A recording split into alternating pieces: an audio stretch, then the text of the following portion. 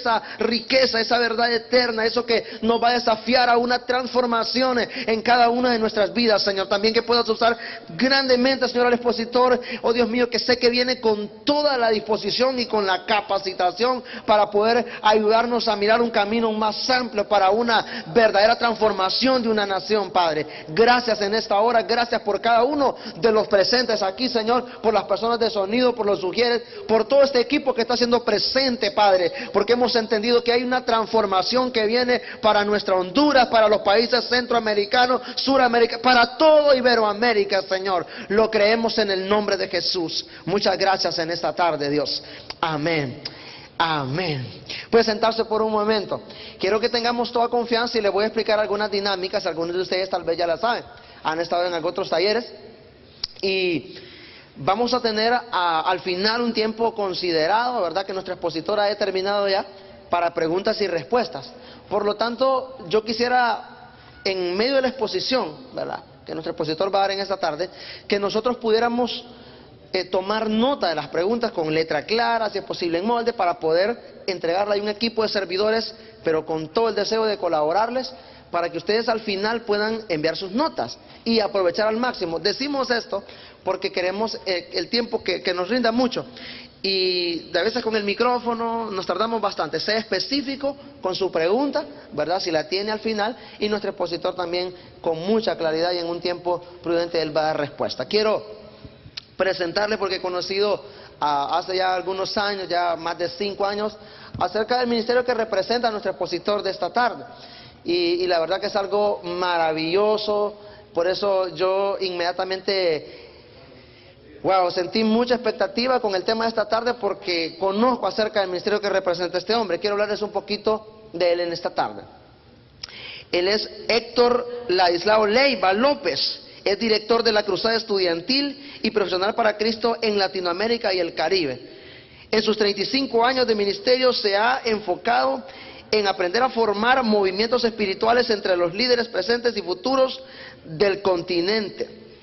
También Ladislao, junto con su familia, con su esposa, ¿verdad?, también ministran a líderes juveniles, profesionales, ¿verdad? Y también queremos decirles que él reside en El Salvador, es salvadoreño, ¿verdad? Es salvadoreño, y yo sé que va a ser un tiempo muy, pero muy especial para nosotros. Yo les pediría que estuvieran receptivos, pues comprendemos obviamente que se da un mensaje, hay un emisor, pero también debe haber un receptor que esté atento. Yo quiero que esto lo aprovechemos al máximo, porque esto va a ayudar definitivamente a la transformación, para provocar movimientos que transforman una nación. ¿Cuántos están listos en esta tarde?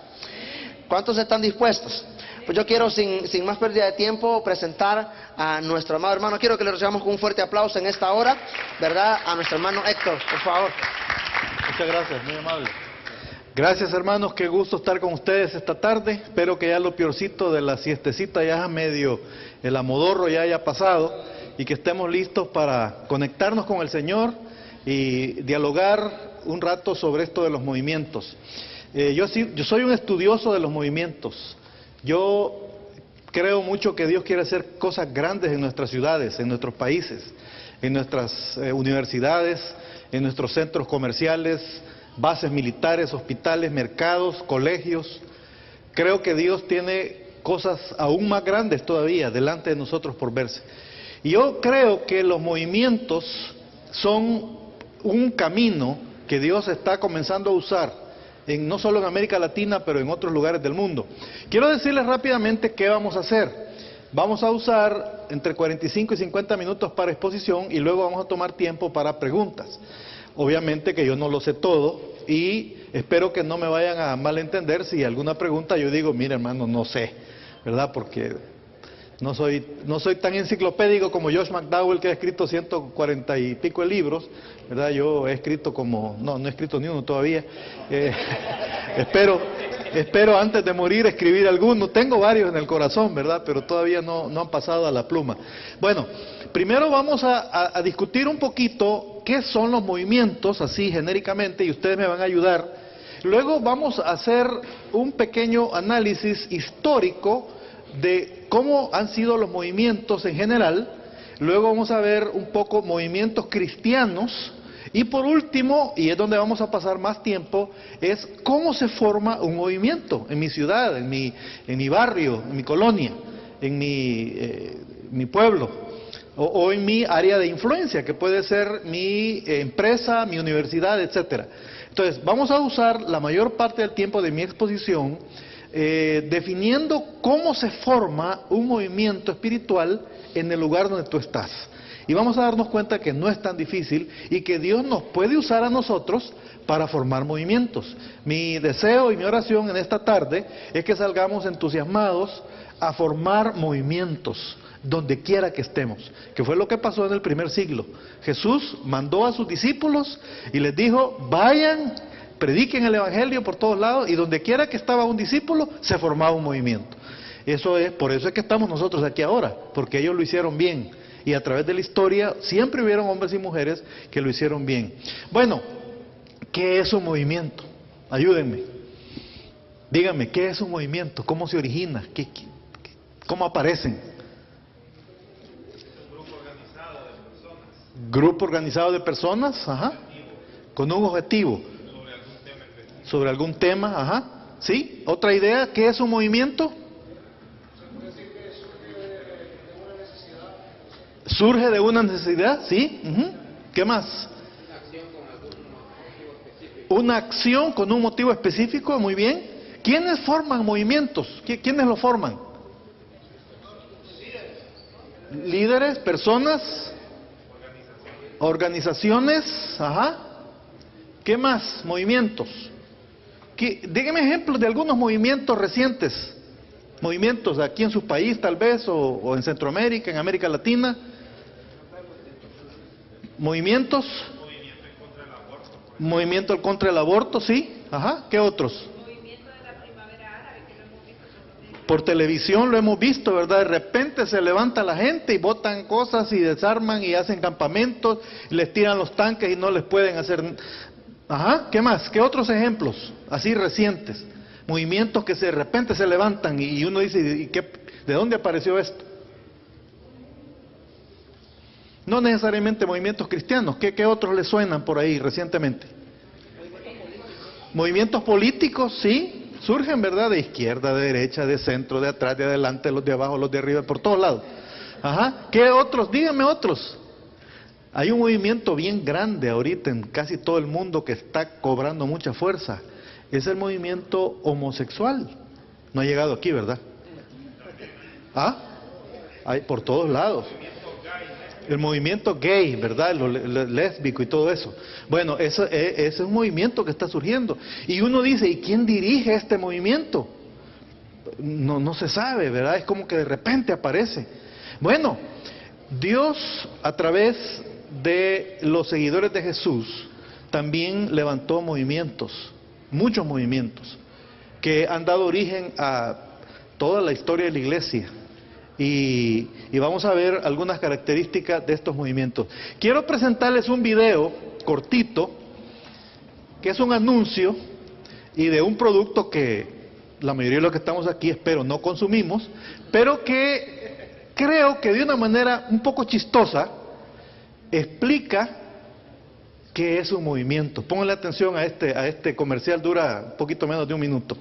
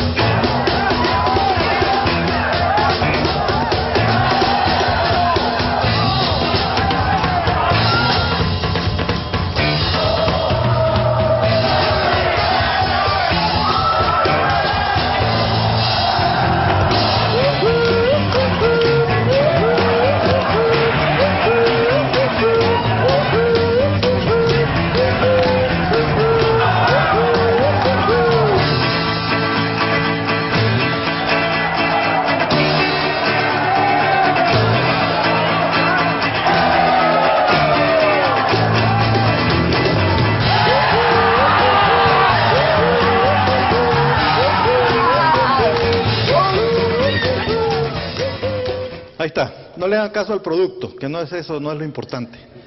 Pero no sé si captaron la idea, ¿cómo empezó el movimiento ahí? ¿Cómo empezó? ¿Quiénes eran los líderes?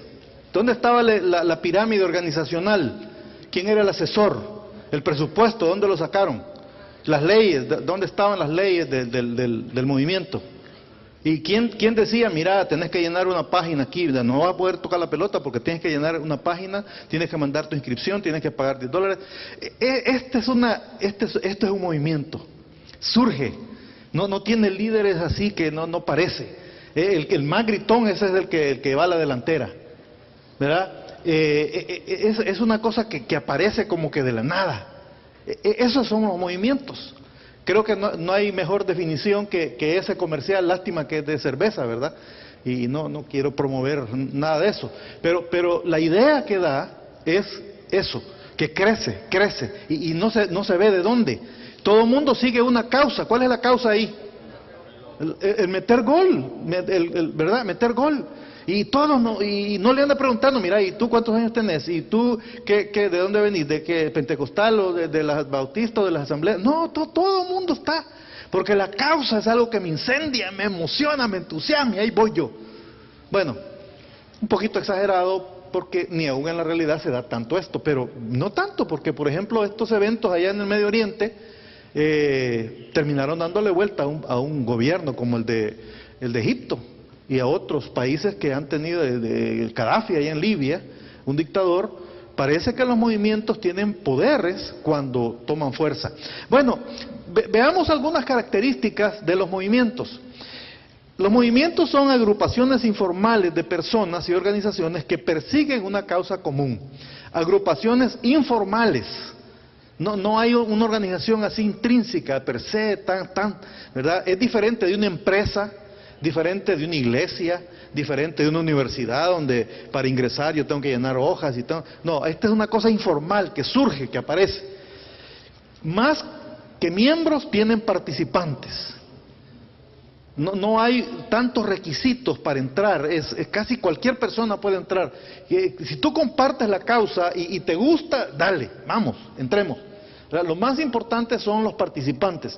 Las metas pueden ser avanzadas por las organizaciones, pero estas no son la totalidad del movimiento. Los movimientos no están tan organizados, son más bien un poco desordenados, porque no se les encuentra dónde empieza, dónde termina, ¿verdad? Lo más crítico es la organización, la causa y los miembros. También puede tener figuras principales, pero ninguna persona o grupo controla el movimiento. Parece que tiene una vida en sí mismo. Y aunque siempre hay gente que dan discursos y todo eso, pero el movimiento es amorfo, no se sabe dónde está la cosa, dónde está la oficina, no tienen oficinas. Es una causa que todo el mundo persigue. Ahora, los movimientos pueden ser bien peligrosos, pueden causar destrucción. Pero estamos hablando aquí de movimientos del Espíritu de Dios que en lugar de traer destrucción, traen reconstrucción, traen restauración. Y esto es de esto queremos hablar. Veamos otra característica. Dice que se caracterizan por la insatisfacción con el status quo, la visión y la acción. Cuando la gente se cansa del estado actual de las cosas, comienzan a decir, mira, ¿y por qué tenemos que aguantar este gobierno? Pues fíjate, tantos años, nosotros seguimos siendo pobres, y ahí va, y encuentra otro, si es cierto, vos, ¿y por qué? Y hagamos, y busquemos, y encontremos, y reunámonos a las 5 de la mañana en el parqueo del mall, o veámonos ahí por la farmacia, fulano y tal, y va surgiendo. Cuando hay insatisfacción, empiezan las chispas de los movimientos a surgir. La insatisfacción con el status quo que desprende a las personas de su compromiso con el estado actual de las cosas. Mi insatisfacción es más fuerte que mi compromiso con cómo están las cosas ahora. Y empiezo a decir, ¿y por qué no puede cambiar? Pues ¿qué quiere decir que toda la vida vamos a ser así? Toda la vida vamos a ser pobres, toda la vida vamos a ser aquí. No, hombre, hagamos algo. Bueno, así es como van surgiendo los movimientos. Surgen cuando la gente siente que algo necesita cambiar. Y en nuestros países muchas cosas necesitan cambiar. Y por eso es que están surgiendo casi semanalmente, escuchamos de cosas que suceden. Bueno, a veces en la iglesia nosotros estamos tan tranquilos en nuestras iglesias, tan contentos alabando al Señor, tan felices por unos mensajes tan lindos que dan, tan contentos porque vinieron 200 jóvenes a la reunión de los jóvenes, que pareciera que todo está bien y no tenemos un sentido de insatisfacción. A veces nos molestamos porque el pastor predicó 10 minutos muy largo y ya teníamos que ir a la Pizza Hut, ¿verdad? Y entonces, ay, este pastor tan largo que predica. O el coro que cantó 2 canciones muy largas. O el aire acondicionado que se apagó. El ventilador que no funcionaba y estaba haciendo un gran calor. No, los movimientos no nacen de ese tipo de insatisfacciones. Nacen de insatisfacciones más grandes con el estado de las cosas. Cuando el vacío creado por el descontento es llenado por la visión de un futuro diferente y la acción para traer un cambio, entonces nace el movimiento. No basta la insatisfacción. Se necesita que alguien presente la esperanza de un futuro mejor. Ahí nace el movimiento. Y un movimiento que puede ser constructivo. Ahora, ¿quién más que los cristianos tenemos la esperanza de un futuro mejor? No hay otro. El comunismo ya probó, ya nos demostró que no podía. El capitalismo, bueno, todavía está por verse. El centralismo, el socialismo, el cooperativismo, Alba Petróleo, el PDS, todos no se sabe si eso va a funcionar, más bien como que no está funcionando. Pero cuando alguien se levanta y dice, hay un futuro mejor, esto puede cambiar, ahí empieza a surgir el movimiento. No basta solo con la insatisfacción, tiene que haber alguien que da esperanza de un futuro mejor. Y yo creo que los cristianos somos esos que debemos dar esperanza de un futuro mejor. No porque nosotros sabemos cómo mejorar la economía, aunque deberíamos presentar ideas, sino porque Jesús es el Rey de la historia. Y Jesús está en control del futuro. Y sabemos por la Escritura que Dios va a hacer las cosas bien, eventualmente. Y que Él tiene un reino que extender. Bueno, los grandes movimientos traen cambios estructurales. Los grandes movimientos que traen cambios estructurales siempre surgen en la periferia, nunca en el centro. Siempre son los de más afuera, porque los que estamos en el centro, pues nos gusta cómo estamos, nunca vamos a cambiar. No, un momento, espérese, si yo soy el director, ¿cómo está diciendo que vamos a cambiar? Si yo soy el director, pues. Pero allá afuera, alguien que no conoce, un nuevo, dice, miren, ¿y por qué ese señor ya lleva 40 años aquí y siempre el mismo? Ya bien viejito, ya todo se le olvida y sigue siendo el jefe. ¿Por qué no ponemos otro jefe? Y los que están en el centro dicen, no, espérate, si él es el fundador, ¿cómo vas a creer? Sí, mira, ahí está la foto de él y él es que escribió todos los libros de la organización. ¿Se fijan? ¿Verdad? No estoy diciendo que vayamos y votemos a todos los fundadores, ¿verdad? Lo que estoy diciendo es que a veces los que estamos en el centro no alcanzamos a ver los problemas. Y a veces son la gente que está afuerita los que empiezan a ver que hay cosas que no caminan muy bien. Bueno, veamos ahora algunos elementos de movimientos misionales o movimientos de cristianos que han surgido a través de la historia. ¿Cuáles son algunas características comunes de esos movimientos? Por cierto, esto que estoy hablando es un resumen de un seminario de 12 horas que se llama Formadores de Movimiento. He estado comprimiendo bastante, solo como para dar una pequeña muestra de un análisis histórico que hemos realizado. Veamos unas características, 5 características de los movimientos misionales. Aquí ya me salí de los movimientos en general para hablar específicamente de movimientos de cristianos a través de la historia. La primera característica es una fe encendida. Una fe encendida. Esto es hombres y mujeres que tuvieron un encuentro con Dios que transformó sus vidas. Es a partir de esa transformación personal que salieron a cambiar el mundo. Sin fe es imposible agradar a Dios. ¿Ustedes se acuerdan de Moisés con la zarza ardiendo? Que no se consumía. Moisés hacía 40 años ya había intentado él hacer un movimiento. ¿Se acuerdan que mató a un egipcio?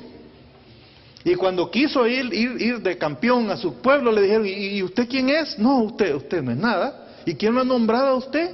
¿Y de dónde? Que no. Es más, ya lo vamos a ir a denunciar porque lo vimos que usted mató a un egipcio. Y salió corriendo el pobre Moisés. Se acabó el movimiento ahí, no duró mucho. Pero cuando él tuvo un encuentro personal con Dios, y que él ni quería al principio, es que soy tartamudo, no puedo.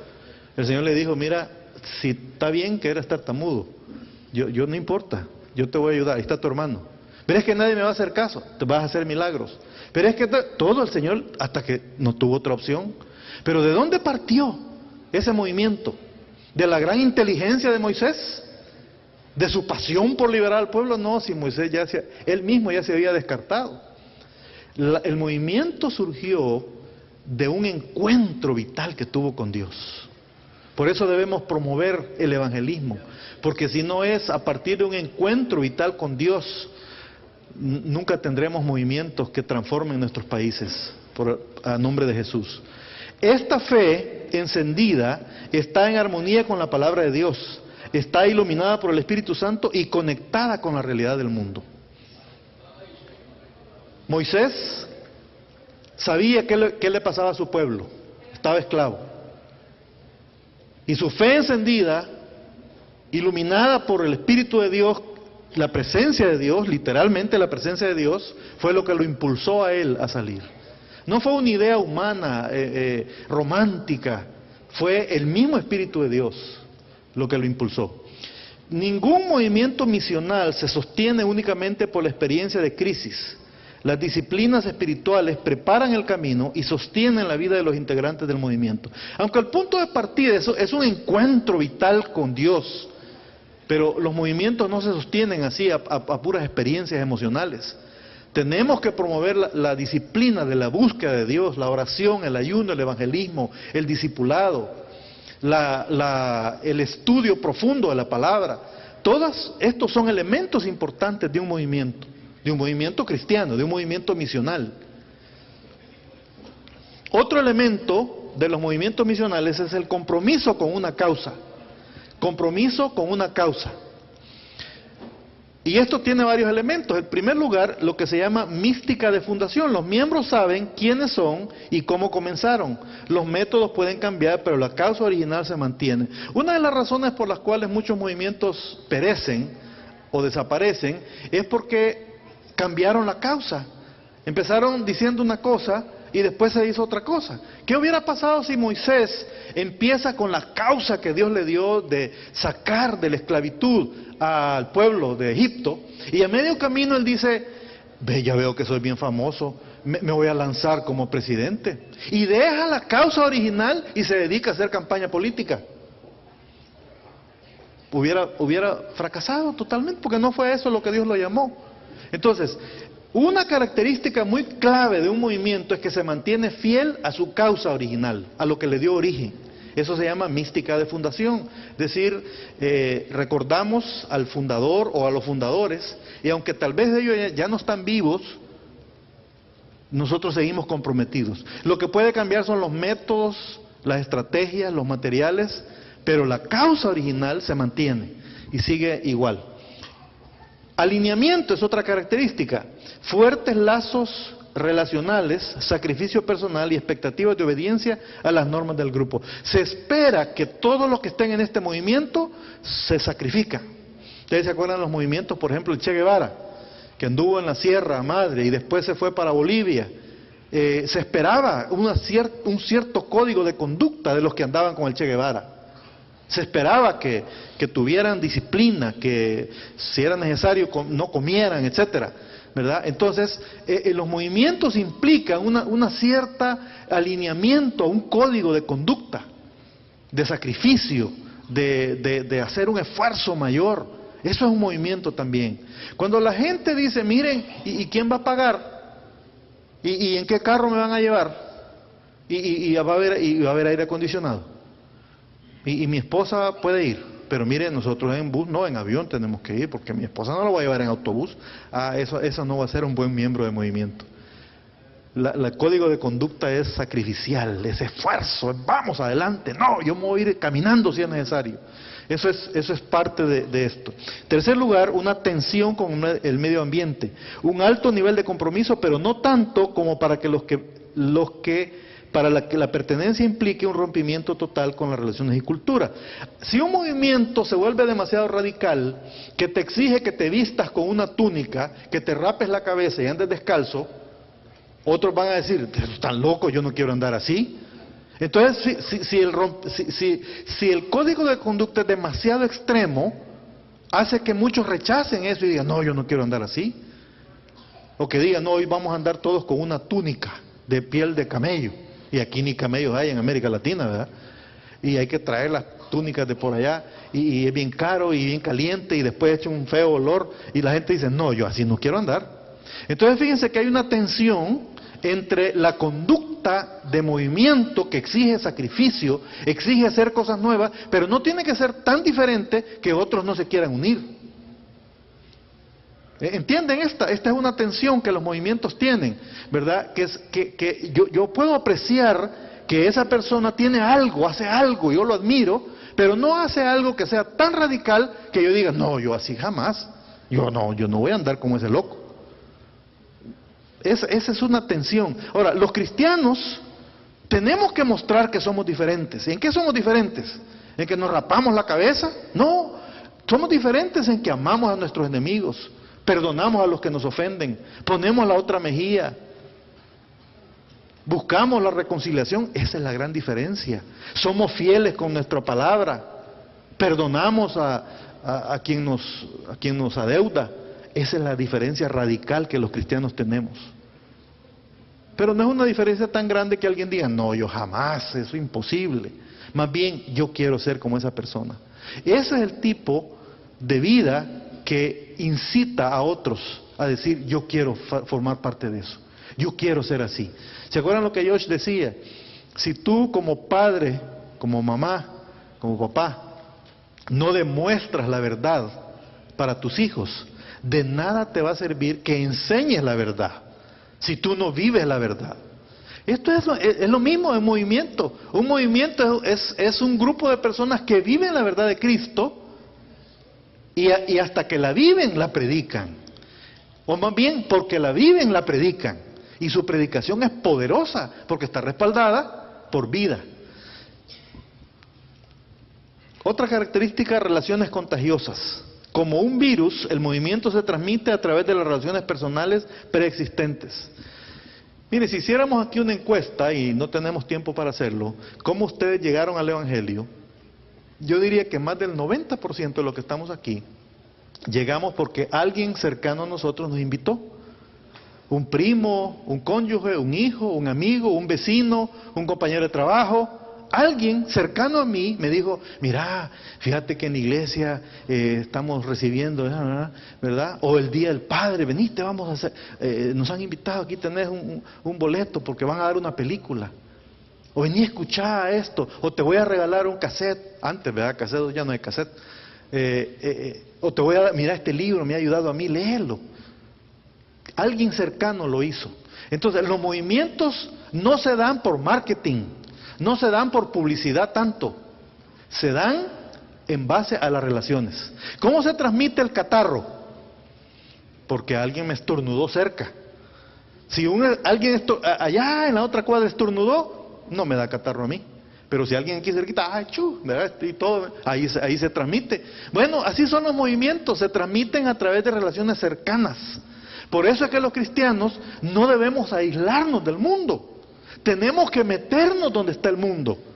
Si no, Jesús andaba con las prostitutas, con los publicanos, con los ladrones, ¿verdad? Y lo acusaban, le decían, uy, ese se junta. Es que Jesús entendía, porque él estaba con la causa de que él sabía que lo que necesitaba formar un movimiento. Y los movimientos se forman como un virus, se transmiten de persona en persona.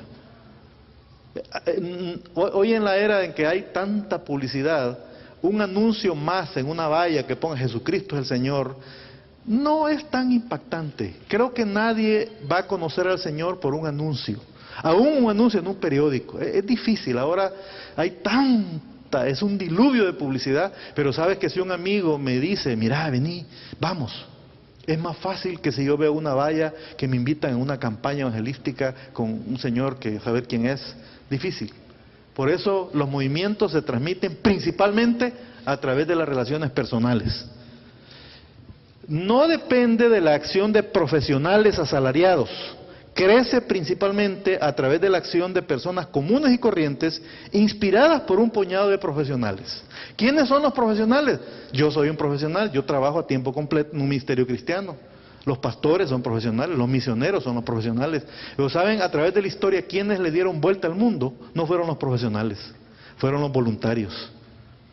En la Biblia se mencionan en el Nuevo Testamento que unos 300 a 400 nombres. Pero esos solo fueron los poquitos. Habían miles y miles de voluntarios en el Nuevo Testamento que sus nombres no aparecen ahí. Aparecen unos cuantos. Se fijan que Pablo en algunas cartas le dice, salúdame a fulano, a mengano. ¿Se acuerdan? ¿Verdad? Él saluda. ¿Y esos quiénes son? Esos no son famosos. Ahí aparece un nombre todo raro ahí. Tíquico y no sé qué, Eustaquio. Ya ni me acuerdo, nadie se acuerda de esos nombres. Pero ellos eran los voluntarios. Ellos fueron los que le fueron a dar vuelta al mundo. Y ahora, ¿quiénes son los que van a formar parte de los movimientos? Son decenas de voluntarios anónimos que Dios quiere usar. Dios usa líderes profesionales. No estoy hablando en contra de los pastores ni en contra de mí mismo porque yo soy profesional. Pero tengo que reconocer que mi labor como profesional es limitada. Yo, por ejemplo, trabajo con un grupo de militares y me invitan a dar charlas, pero ellos saben que yo no soy militar, por lo tanto mi palabra no tiene todo el peso que si uno de ellos mismos fuera a dar una charla. ¿Se fijan? A mí un grupo de abogados me puede decir, mira hermano Leiva, venga a dar una charla aquí a los abogados, y yo voy, y me preparo y llevo PowerPoints y todo, ¿verdad? Y me visto y todo así. Pero rápido los abogados se dan cuenta que yo no soy abogado.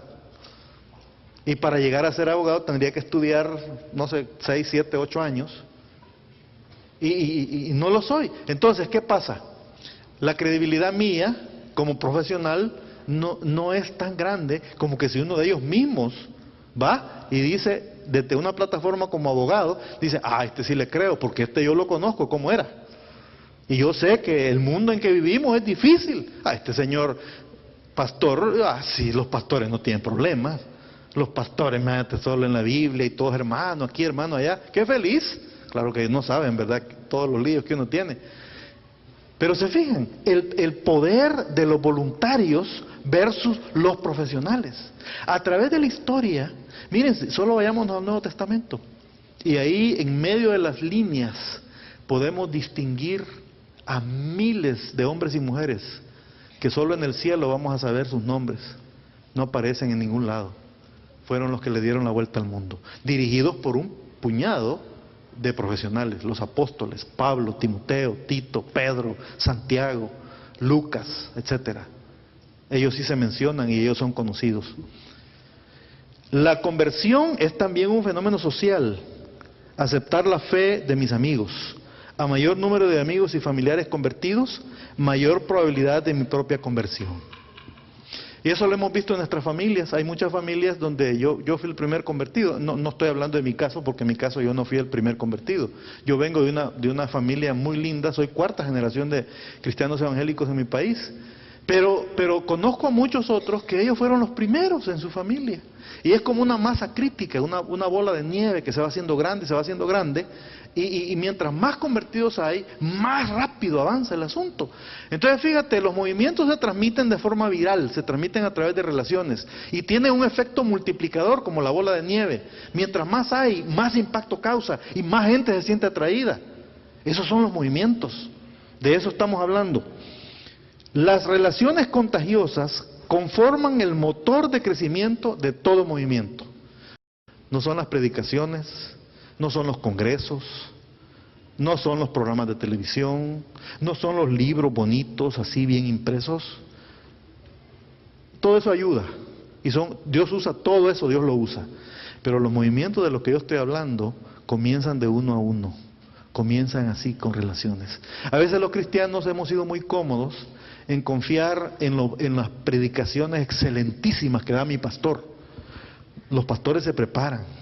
Hay aquí pastores, estoy seguro. Nos preparamos para predicar. Yo he gastado horas y horas preparando este seminario. Y estudiamos y vamos y nos preparamos, oramos, ayunamos, ¿verdad? Y a veces los cristianos, como sabemos que mi pastor es un predicador buenísimo, traemos a todos nuestros amigos para que escuchen al predicador. Y algunos dicen, ay, qué lindo, me gusta, pero muchos otros no le hallan. ¿Saben lo que sucede? Yo debo convertirme en el motor, yo. No debo confiar solo que el pastor haga toda la obra. Si la gran comisión es para todos, no solo para los pastores. Pobres pastores, ¿verdad? Que en la mañana predican, en la tarde van a un funeral, en la tarde a una boda, y después van a ver a un enfermo, y después que un hermano, la esposa está grave, y el otro. Los movimientos no dependen de los profesionales.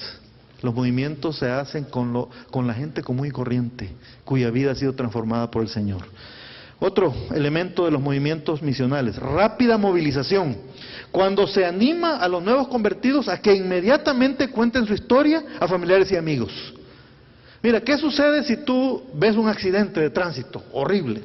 Llegas a tu casa y ¿qué es lo primero que haces? Mi amor, no te imaginas cómo un carro venía y salió volando por ahí, la moto quedó... No esperas, momento, vamos a revisar el video, quiero hacer un análisis de las causas probables del accidente, voy a leer el reporte de la policía, ¿verdad? No voy a contar una exageración, y bueno, todo lo que sucede, eso ya pasaron 6 meses. No, los movimientos no son de estudiar la Biblia 20 años antes de poder evangelizar, de tomar clases y seminarios, no. Si Dios ha cambiado tu vida y Dios te ha trastornado, inmediatamente hay que ir a compartir el evangelio. Ya, ¿y qué esperas? Bueno, no estoy diciendo que no hay que prepararse, que no hay que ir a seminarios teológicos, hay que hacerlo. Yo mismo me he preparado y me sigo preparando. Sigo leyendo, sigo estudiando, en mi carro ando escuchando mensajes de buenos maestros, o sea, yo me estoy preparando. Pero el punto es que el secreto de un movimiento es la rápida movilización. A veces detenemos tanto a la gente, les queremos llenar la cabeza de tantas cosas, que al final se enfría el calor, Los movimientos mandan rápido a la gente a la calle a hablar. Cuando desde el principio el evangelismo es responsabilidad de todos los miembros del movimiento. Todos tenemos que evangelizar. Ese código de conducta. Así como se esperaba que todos los guerrilleros que andaban con el Che Guevara anduvieran con el fusil, bueno, todos los del movimiento cristiano tienen que andar con su Biblia compartiendo. Y a veces la Biblia la andamos literalmente, otras veces la andamos aquí o en el teléfono. Se espera que todos evangelizamos y discipulamos. No, pero es que yo soy nuevo, fíjate que yo tengo 3 meses y yo todavía no he recibido todos los cursos. Aquí en la iglesia son 7 cursos y después vienen otros 8 cursos y después vienen 9 cursos, el intermedio, el avanzado, el súper avanzado, ¿verdad? Después del líder, y entonces ya voy a poder. Bueno, está bien, hay que prepararse, pero para compartir lo que Cristo ha hecho en tu vida, no hay que tomar tantos cursos. Ya lo puedes contar. Eso es un secreto de los movimientos. Cuando el movimiento es autosostenido y provee sus propios líderes. Miren, esto es bien clave. Los movimientos, la iglesia evangélica en América Latina comenzó por misioneros que vinieron de otros países. Y gloria a Dios por ellos. Hace poquito yo estaba releyendo un libro que se llama Los 100 años de la historia de la iglesia evangélica en El Salvador. Y yo he llorado, he reído leyendo el tremendo sacrificio que estos hermanos, muchos de ellos americanos, hicieron. Y yo le doy gracias a Dios porque lo hicieron y vinieron. Mi propia familia, yo soy 4ª generación, 5ª generación, la generación inicial de los Leiva que conocieron al Señor fue a través de misioneros. Si no fuera por esos misioneros yo no estuviera aquí. Saber dónde andaría yo rebotando. Pero ¿saben qué pasa? A veces nos hemos quedado codependiendo de recursos de otros lados. Tenemos que, los movimientos que perduran son los movimientos que generan sus propios recursos, que consiguen la plata, que escriben sus propios libros, que tienen sus propios oradores, que tienen sus propios materiales, no porque nos peleamos con otros y no nos manden nada, no, si nos mandan lo tomamos y todo el dinero es de Dios, al fin del cuento todo lo que hay en el mundo es de Dios, pero un movimiento que se sostiene propiamente es un movimiento que va a permanecer y que va a durar.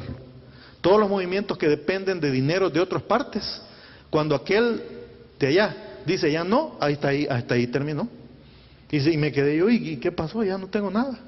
Ya no me mandaron más pedazos para la computadora, ya no me mandaron más películas y más cosas, ¿verdad? Si yo no aprendí a hacer mis propias películas, si yo no aprendí a hacer mis propias cosas, cuando se termina de allá, ya se acabó todo.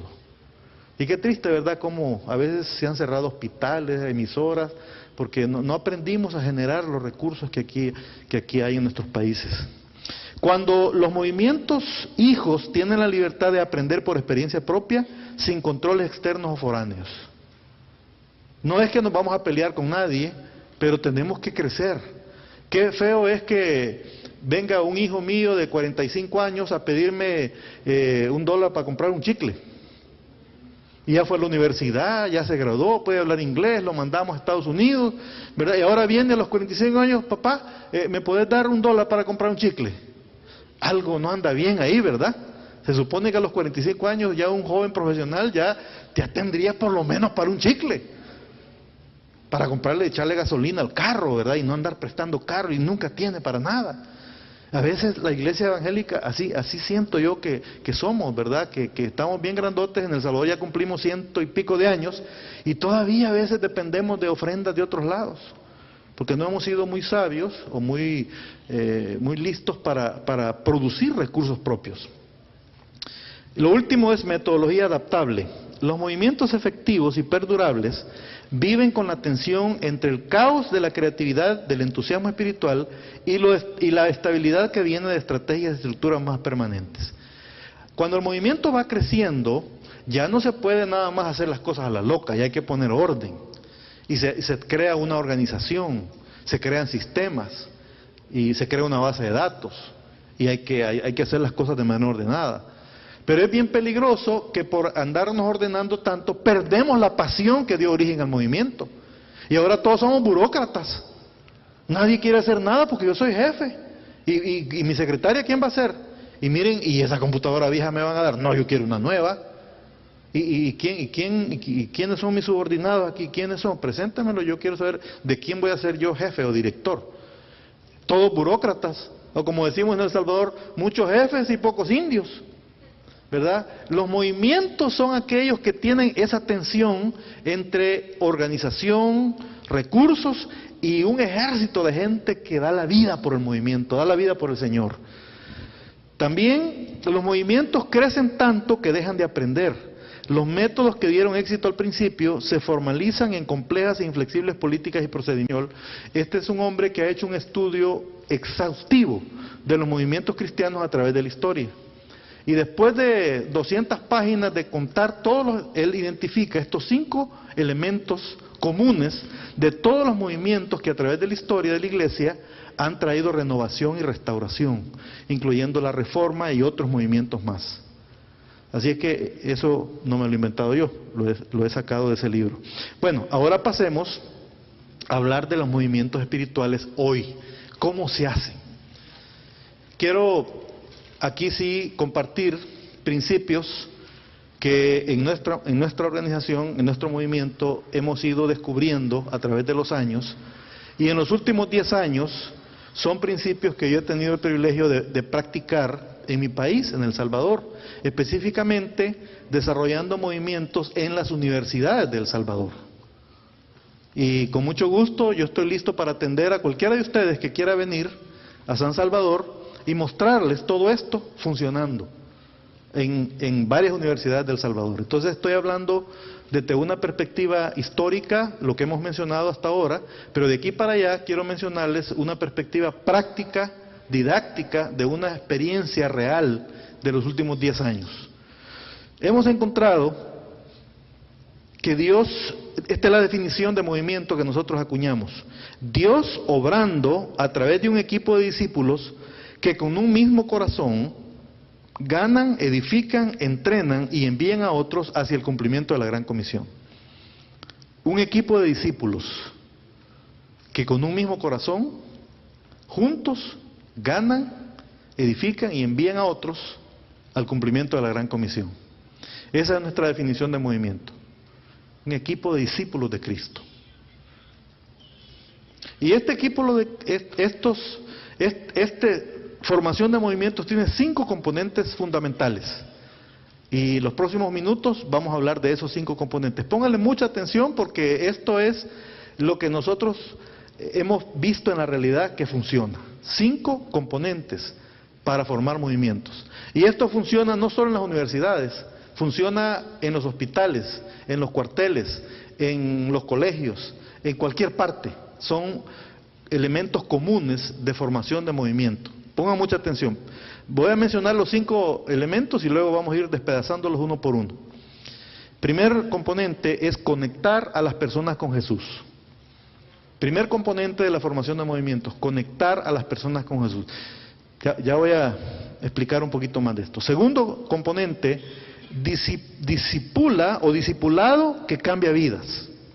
Discipulado que cambia vidas. Segundo componente. Tercer componente, forma líderes multiplicadores. Después vamos a ir despacio, no se preocupen tomando nota porque vamos a repetir todo esto ya con más detalle. Cuarto, genera recursos locales o genera sus propios recursos. Y quinto, reproduce comunidades misionales o vida en comunidad. ¿Ok? Vamos uno por uno. Recuerden las instrucciones que nos dio nuestro moderador. Si ustedes tienen preguntas, escríbanlas en un papelito y al final las hacen llegar y vamos a intentar contestar las que podamos y las que no podamos, pues no podemos, ¿verdad? ¿Ok? Número 1, primer componente de movimientos espirituales hoy en día. Hoy en día. Algo que tú y yo podemos hacer y podemos involucrar a otros que lo hagamos. Conectar a las personas con Jesús. Conectar a las personas con Jesús. Fíjense ustedes que no dice evangelizar. ¿Por qué no dice evangelizar? Porque hay algunas personas que no están listas en este momento para ser evangelizados. Y tenemos que ayudarles a llegar al punto donde están evangelizados. Eso lo hemos comprobado, por ejemplo, en la universidad, en las universidades donde trabajamos, muchos estudiantes que vienen de familias muy emproblemadas, hay muchos de ellos que han tenido problemas de abuso sexual, físico, verbal, psicológico, vienen de familias donde nunca se habló de Dios y muchos de ellos no tienen la menor idea de qué es Dios y una pequeña minoría detestan la idea de Dios. Y yo llego con mi folletito de las 4 leyes espirituales. ¿Qué creen ustedes que va a pasar? No va a pasar nada. Yo le comparto el evangelio y la persona me va a decir, sí, está bueno, y ya, no pasó nada. Por aquí le pasó volando. Entonces, el primer punto de formación de movimientos es ayudarle a las personas a llevarlos al punto donde van a escuchar el evangelio de una manera inteligente, de tal grado que puedan hacer una decisión de aceptar a Cristo. Entonces, ¿qué pasa si yo me encuentro con un muchacho que es ateo, que es humanista? Y le doy el evangelio, no me va a hacer caso. O sea, por cortesía me va a escuchar. Pero lo que yo tengo que hacer es ayudarle a este muchacho o muchacha de alguna manera a que llegue al punto, y eso se hace a través de, nosotros en la universidad lo hacemos a través de conferencias, charlas, retiros, paseos, celebraciones, concursos, un montón de maneras como ayudamos a los estudiantes a llegar a ese punto donde puedan de una manera inteligente escuchar el evangelio y poder abrirle su corazón a Jesús. Hay muchos estudiantes que sí, yo llego y me siento y le comparto el evangelio y reciben a Cristo, pero cada vez hay menos de esos, especialmente en las universidades, porque el mundo humanista y secularista le está lavando el cerebro a nuestros muchachos. Por eso el primer paso es ayudarle a conectarlos con Jesús. Otro peligro es que los queremos conectar con nuestra iglesia, con nuestro pastor, con nuestra organización. Miren, ninguna organización, ningún pastor, ninguna iglesia puede cambiar la vida de nadie. Solo Jesucristo. Entonces, resistamos mucho la tentación de querer conectar a la gente con una organización, con una iglesia, con un pastor, con un servicio. La conexión primero debe ser con Jesús. Ahora, no quiero decir que no hay que llevar a la gente de la iglesia, ni quiero decir que no hay que hablarle de mi pastor. Si mi pastor es una persona que Dios la está usando, ¿por qué no hablarle de él? A lo mejor Dios usa un servicio, etcétera. Pero lo que quiero decir es que tenemos que tener cuidado de que el énfasis de nuestra predicación no es la iglesia, no es la organización, no es el movimiento, es Jesús. Jesús es el centro. Entonces, nuestro mensaje debe ser emocionalmente atractivo. Debe ser comprensible a nivel personal. Y voy a ir un poco rápido porque el tiempo va avanzando.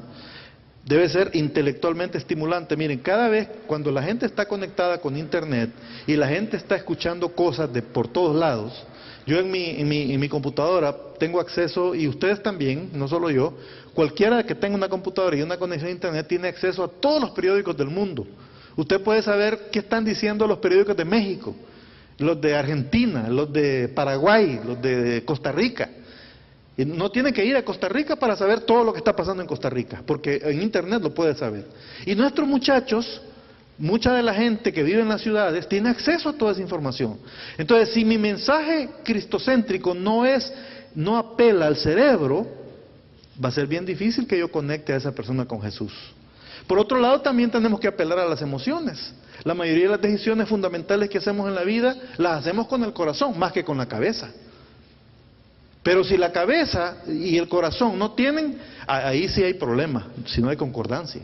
Entonces, así debe ser nuestro mensaje. También debe ser culturalmente relevante.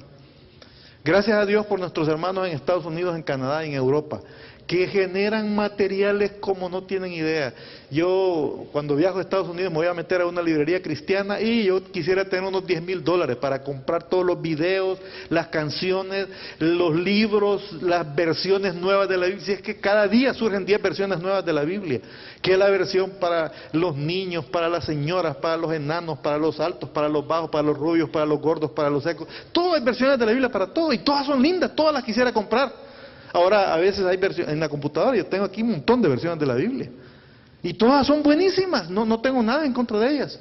Pero, ¿son culturalmente relevantes para nosotros aquí en América Latina?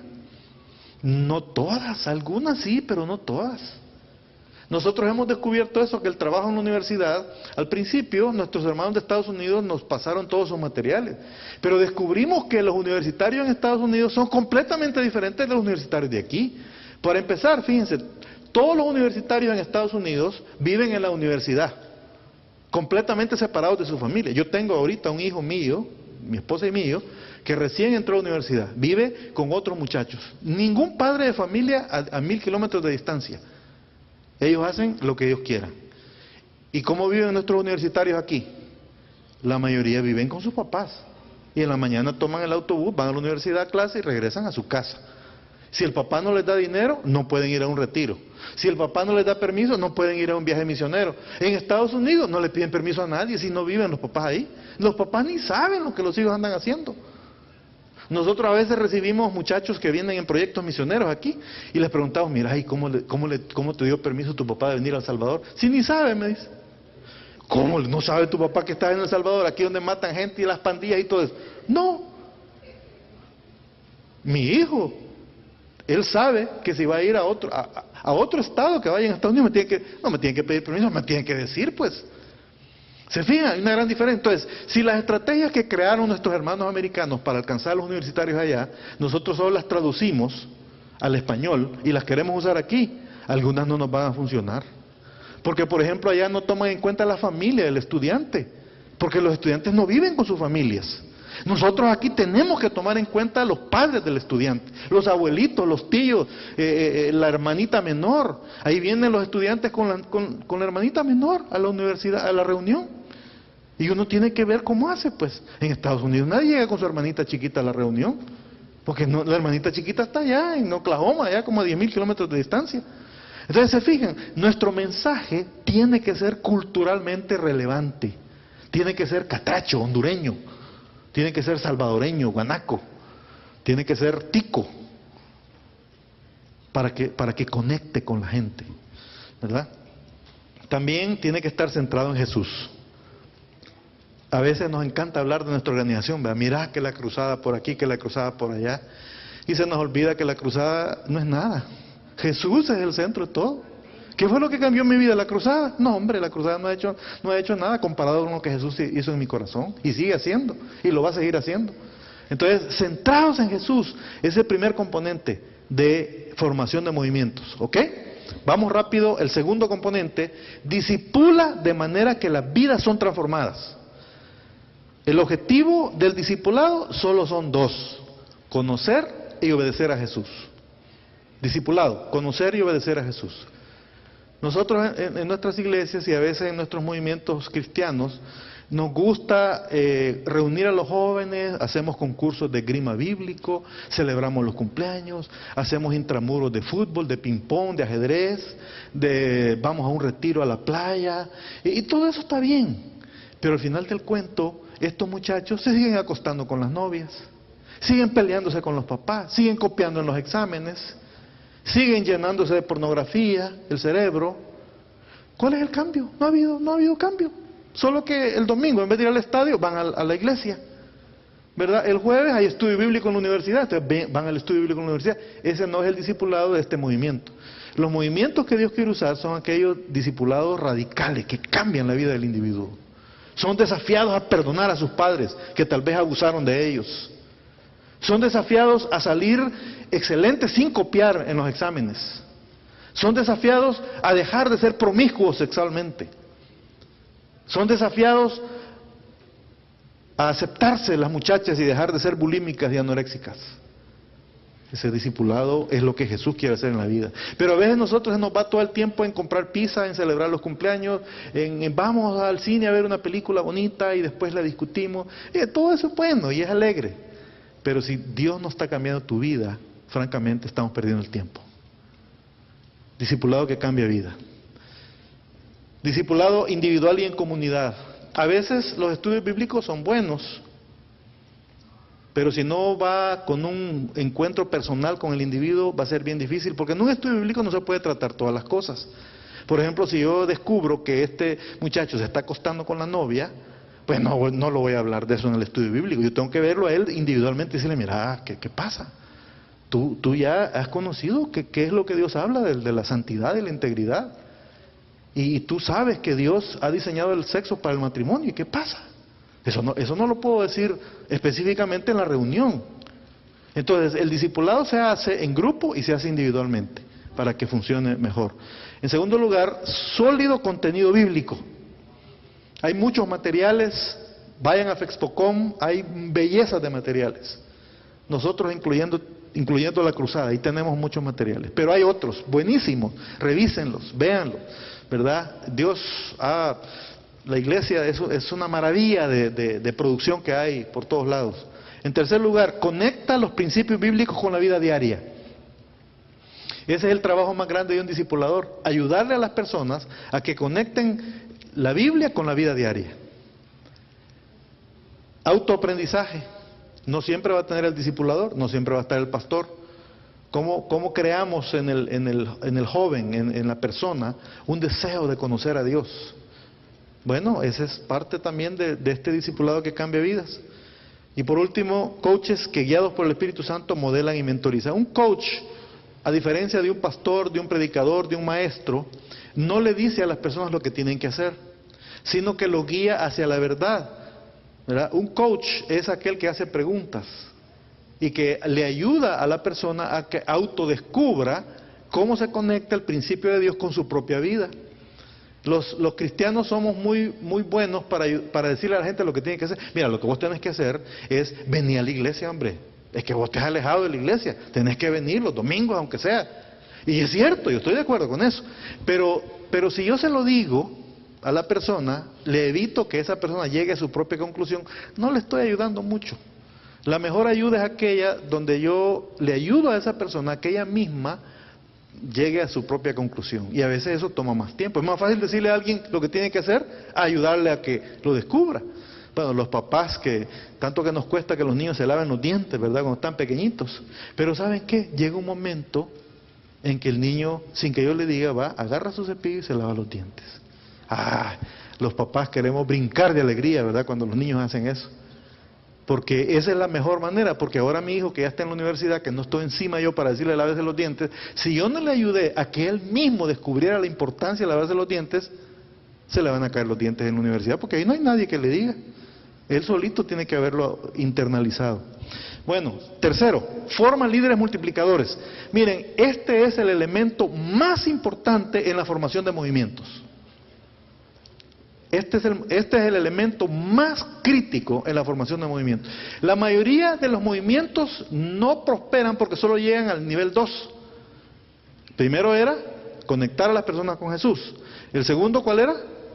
Discipulado que cambia vidas. La mayoría de los movimientos se paran porque llegan hasta aquí. No dan el tercer paso, que es formar líderes que repitan el asunto.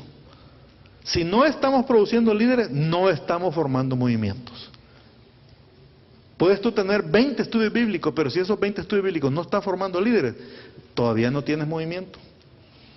Evangelizar y discipular líderes, empoderar a los discípulos, propietarios, no inquilinos. El ADN de la multiplicación se implanta en todos los discípulos. ¿Sabe? Nuestra experiencia ha sido que si nosotros esperamos 2 meses para enseñarle a evangelizar a un recién convertido, nunca lo va a hacer. A los recién convertidos les enseñamos a evangelizar el mismo día que se convierten.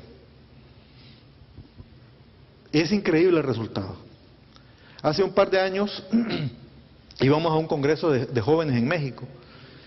Y a última hora, una amiga de mi esposa le dijo, mira, supe que vas a México a un congreso, fíjate que yo tengo mi sobrino que está bien emproblemado y ya probamos de todo, ya no hayamos qué hacer, ¿por qué no lo llevan a ustedes a México allá al congreso? A ver, y nosotros, tienen dinero, ¿verdad? Les pagamos todo, no se preocupen. Y nosotros ahí, bueno, y que, vaya, pues está bien, vámonos, ¿verdad? Y se viene un muchacho, tenía 17 años, ya lo habían expulsado como de 3 colegios, emproblemado, peleado con el papá, con la mamá, se había dado duro con el hermano, un hermano un año menor que él. Bueno, un desastre el pobre muchacho. Muy bien parecido, muy guapo, muy simpático el joven, pero bien emproblemado. Y nos vamos, el congreso era en Puebla, y yo, verdad, un poco ahí preocupado porque ¿qué vamos a hacer? Yo tengo que dar conferencias, mi esposa también, no tenemos tanto tiempo pero bueno, ya que está aquí, hagámoslo.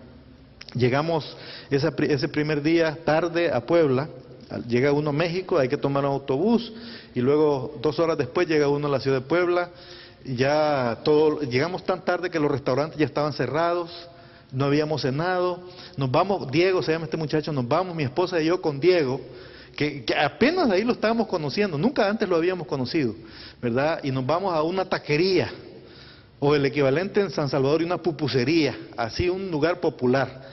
Y yo con pena, ¿verdad? Porque no sé si este muchacho está acostumbrado a qué, ¿verdad? No lo conocía. Nos vamos a la taquería, y una taquería así medio popular, ¿verdad? Y ahí en la taquería, a las 12:35 de la noche, Diego recibió a Cristo con lágrimas en sus ojos. El Señor nos dio una gracia increíble a mi esposa y a mí, para que en 3 horas de conversación le ayudáramos a este muchacho bien emproblemado a tener un encuentro vital con Jesucristo, esa noche, en esa taquería. Solo nosotros estábamos en la taquería, estaban esperándonos para cerrar. A esa hora, bien cansados, nos fuimos de regreso al hotel. Al siguiente día el congreso empezaba a las 8 de la mañana. El Diego se durmió, no llegó hasta como a las 12 de la noche, a las 12 del mediodía. Mi esposa y yo teníamos que estar ahí, pues nos levantamos temprano, igual que todos, ¿verdad? Y allá a mediodía va apareciendo el Diego, ¿verdad? Todo adormitado, pero traía una mirada diferente en sus ojos. Y empezó a participar. En nuestros congresos a los muchachos los llevamos a evangelizar. Al tercer día todo el mundo a la calle a evangelizar, con sus 4 leyes espirituales, y todo el mundo, no importa. Y Diego jamás había escuchado la palabra evangelizar, ya no digamos tener que evangelizar. Nunca había abierto la Biblia en su vida, nunca. Y le dijimos, bueno, vas a venir al congreso, tenés que hacer todo lo que te digan. Y entonces él después nos contó que él tenía su fajo de folletitos de las 4 leyes espirituales, nunca había visto eso jamás en su vida, empezó a leerlos para ver qué, bueno, les habían dado algunas charlas, ¿verdad? Explicándoles, y él más o menos, y entonces dice que se fue a la calle, les dijeron, vaya, ustedes de este lado se van a ir a tal calle, ustedes a tal calle, y él se fue a ese lugar. Y entonces dice que todos los muchachos empezaron a buscar ahí los que estaban sentados en los parques. Y él dijo, ¿yo qué estoy haciendo aquí? Si yo nunca he hecho nada. Y dice que se fue a sentar en la orilla, no hay nada que hacer. Y estaba un señor de un taxista con una manguera lavando el taxi. Así, lavando el taxi. Y entonces dice que el taxista lo vio a Diego sentado ahí en la orilla y le dijo, oiga joven, ¿y usted anda con los otros muchachos ahí? Y él, ¿verdad? Sí, le dijo, yo ando aquí. ¿Y qué andan haciendo? Le dijo el taxista, con la manguera. Bueno, andamos evangelizando, le dice. Diego no sabía ni qué era evangelizar. Y entonces le dice, ¿y qué es eso? Le dice, mire, le dice, tenemos que leer este folleto a la gente. Y no me lo puede leer a mí, le dice. Ah, vaya pues, le dice.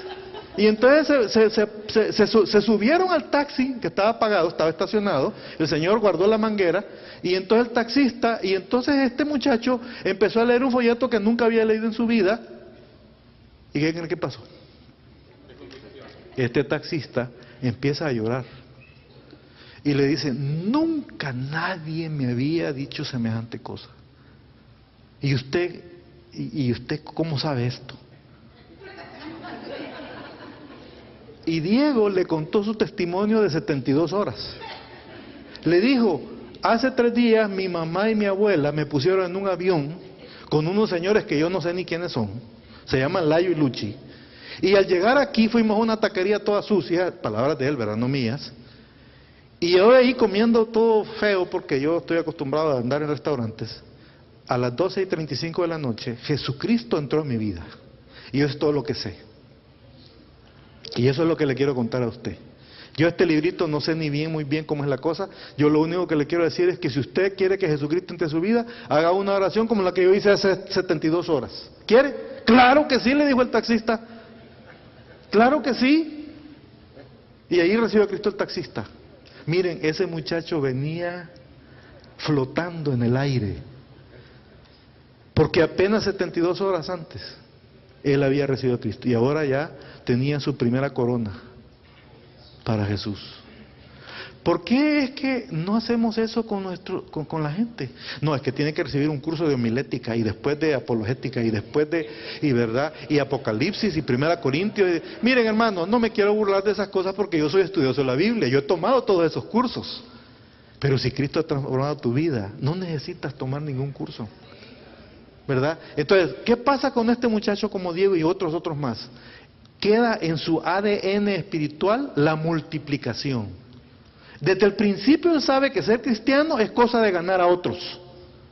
Si yo espero un año para decirle a Diego, mira, hoy que ya tenés un año, ya tenés que evangelizar, ya va a saber 1000 razones por las cuales, no, espérate, es que yo no puedo, yo no he estudiado, yo no me puedo de memoria, yo no he ido a teología, yo no conozco, nunca he leído 1 Pedro. Un montón de razones para no evangelizar. Pero como él no sabía, ahora lo único que sabe es que él puede compartir lo que a él le pasó. Bueno, me estoy exagerando, pasando mucho. Veamos el cuarto, rápidamente. Genera recursos locales. Un movimiento que no tiene un modelo económico se va a caer. Se va a caer. Necesitamos un modelo económico. ¿De dónde va a sacar la plata? Miren, hay dinero en nuestros países. Son países muy pobres, de cierto nivel, pero hay otro nivel en que hay todo el dinero del mundo. En nuestros países, no estoy hablando de Estados Unidos, estoy hablando de aquí en América Latina. Todo el dinero del mundo está aquí. Dios lo ha puesto aquí el dinero, y lo ha puesto para la iglesia, para los movimientos cristianos. Tenemos que ser inteligentes y buscar. Yo estoy asociándome ahorita con un grupo de jóvenes en El Salvador, jóvenes empresarios del reino, les llamo yo, que están desarrollando ministerios nuevos que no existían, y no están buscando subsidios de Estados Unidos ni de Canadá ni de nada. Están comprometidos a buscar un modelo económico ahí en El Salvador. Uno de ellos se llama Rodrigo Meneses, tiene una empresa de publicidad, y la empresa es un ministerio, solo que no le llama ministerio, es una empresa. y él va a dar charlas evangelísticas a los colegios, y las empresas le pagan a él para que evangelice. Digicel, la empresa de teléfono, le da teléfonos para que él regale, y llevan ahí unas muchachas para que atiendan a todos los que quieran, le venden chips y cosas, le regalan camisetas, y entonces él se sostiene.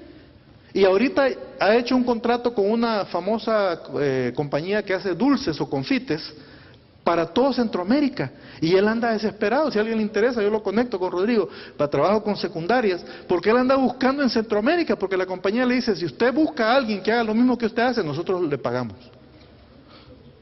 Modelo económico.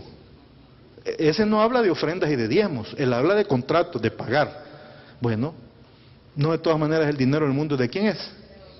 Es del Señor. Entonces, es cierto, ofrendas y diezmos, ¿verdad? Pero la Biblia no dice que solo así nos podemos sostener. Hay muchas maneras de sostenernos. Tenemos que ser inteligentes. Los movimientos que progresan son los movimientos que encuentran su propia forma de sostenerse.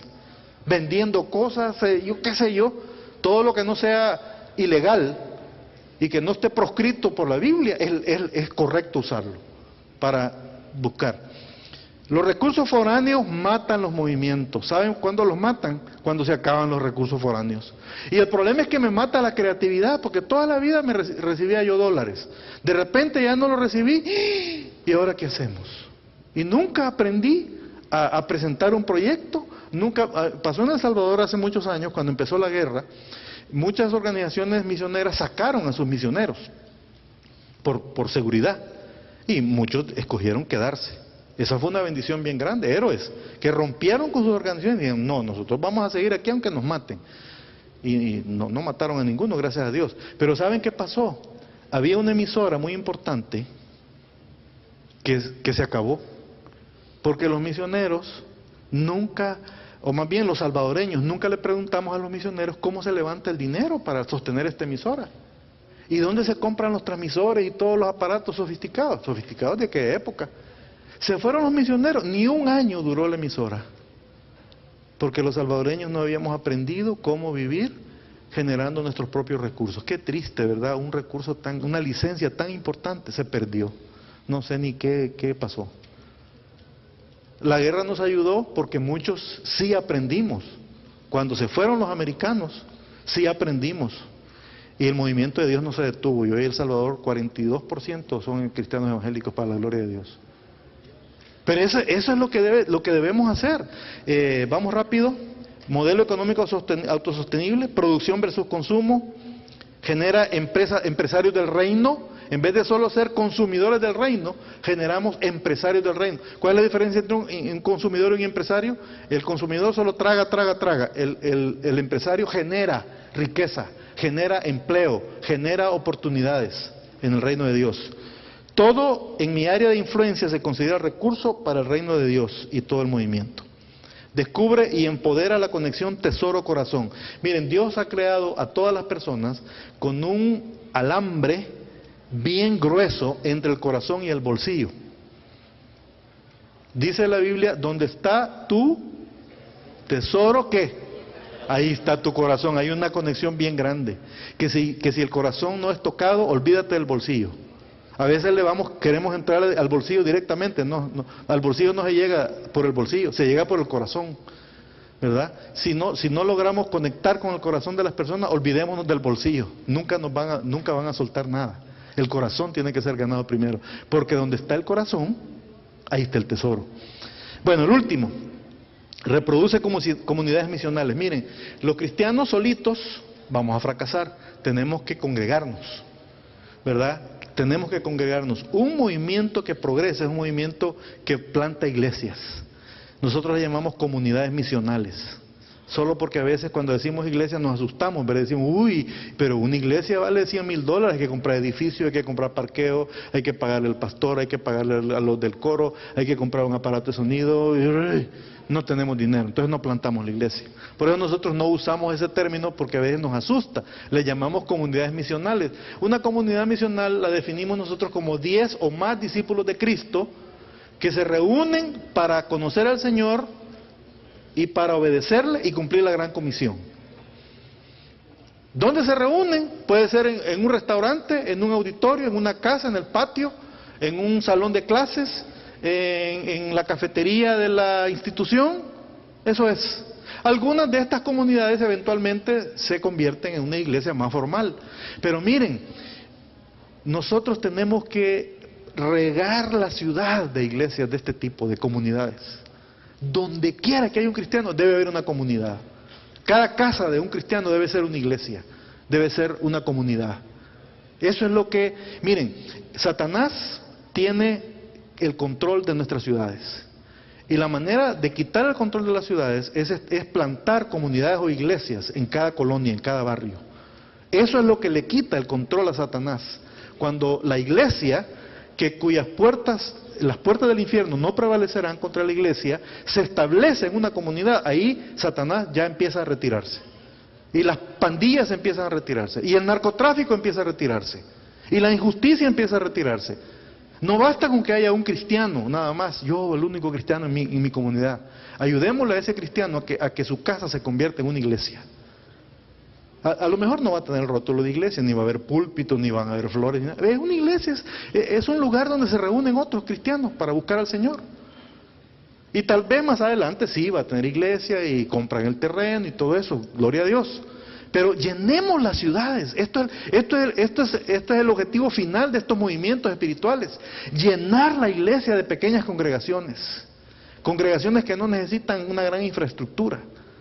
Porque están formadas por hombres y mujeres cuyos corazones han sido transformados. Y vamos súper rápido aquí. Las redes de comunidades misionales formadas por familias de seguidores de Cristo aseguran la permanencia a largo plazo de los movimientos espirituales. Y ya mejor me apuro porque si no, no nos queda tiempo para ninguna pregunta. Pero, repito entonces, los cinco pasos, formar movimientos. Primer paso, ¿se acuerdan cuál era? Conectar a las personas con Jesús. Número 2, discipulado que cambia vidas. No nada más que se reúnen para cantar coritos y para celebrar los cumpleaños. Vidas cambiadas. Tercero, líderes multiplicadores. Este es el elemento más crítico. Si no hay multiplicación, el movimiento se acabó. Si todo depende de un profesional que da clases, unas clases, unos sermones bien bonitos, no va a progresar el movimiento. Tenemos que formar líderes multiplicadores por todos lados. Cuarto, generar recursos locales. Tenemos que ser autosostenidos. Si siempre estamos dependiendo de dinero foráneos, cuando aquel busca allá en África un terremoto y se fue para allá y nos dejó a nosotros aquí, se acabó. Y quinto, plantar iglesias, hermanos, por todos lados. Plantar iglesias por todos lados. Tenía un ejemplo ahí de Jesús, pero ya no nos da el tiempo. Mejor paramos aquí y vamos a ver si hay alguna pregunta o comentario. No sé si nos da tiempo de los papelitos. Si quieren así a mano alzada, hermanos, sí. Hay un movimiento, ahorita está sonando mucho, el movimiento de la ventana 414. Ajá. Pero cuando hablamos de movimientos, usted está hablando de generar recursos. Yo lo que he visto es que cuando uno está en el enfoque de hacer algo, ocupa dinero bastante. Sí. Pero al tratar de tener dinero, casi está la tendencia de que baja aquel esfuerzo que estamos haciendo, en este caso para alcanzar los niños, para entrenar líderes y todo ese asunto. Más que todo lo que estoy dando es un comentario, es ese tipo de comentario. O sea, si usted tiene alguna idea, ¿cómo podemos nosotros guardar ese equilibrio? Sí. Porque el dinero se necesita. Sí. ¿Sabe cuál es el secreto? Que todos levanten dinero. Cuando todos levantan dinero, entonces se pierde esa tensión de que usted menciona. ¿Verdad? Quiere decir que todo mundo en el movimiento es responsable de conseguir plata. Todo mundo es responsable. Nosotros lo hemos probado con los jóvenes. Decimos, vamos a hacer un viaje misionero a Nicaragua en Semana Santa. Y vale $60 el viaje. Bus, comida, ya nos van a dar hospedaje y comida, más que todo el transporte. Si la organización provee todo y el estudiante solo va, ahí no hay sacrificio, no hay movimiento, lo que hay es turismo. Pero si cada estudiante dice, yo tengo que conseguir los $60, y le decimos, mira, vamos a hacer pupusas, vamos a esto, vamos a ir a pedir, cuando menos sentimos, la gente empieza y los estudiantes levantan la plata. Entonces, cuando la responsabilidad de producir los recursos no depende de una sola persona, no sucede lo que usted menciona. Y yo muchas veces a mí me ha pasado lo mismo. Cuando hay un fondo central que le reparte a todos, se pierde. Y de repente todo el mundo dice, bueno, ¿y a mí cuándo me van a pagar? ¿Cuánto me van a dar?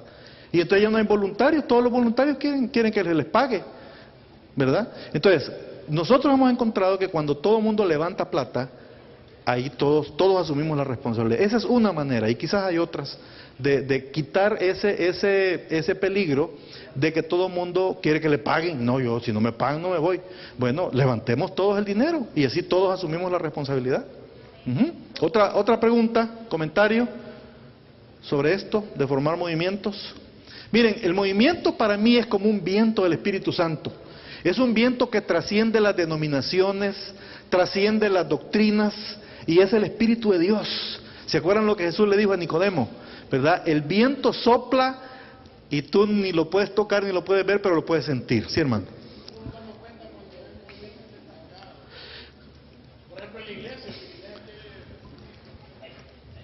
Hay varias maneras de... La pregunta es, ¿cómo sabemos si un movimiento está estancado? Bueno, primero los resultados, cuando no hay resultados. Segundo, cuando hay insatisfacción. ¿Se acuerdan lo que dijimos al principio? El origen de los movimientos es la insatisfacción. Ahora, debemos tener cuidado que los movimientos no deben ser nada más por insatisfacción. Los movimientos deben ser cristocéntricos, basados en la gran comisión, ¿verdad? No se trata ahora que nos rebelémonos contra el pastor, ese movimiento es del diablo, ¿verdad? Los movimientos espirituales son los movimientos que vienen de insatisfacción contra el pecado, no contra el pastor. ¿Me entiende?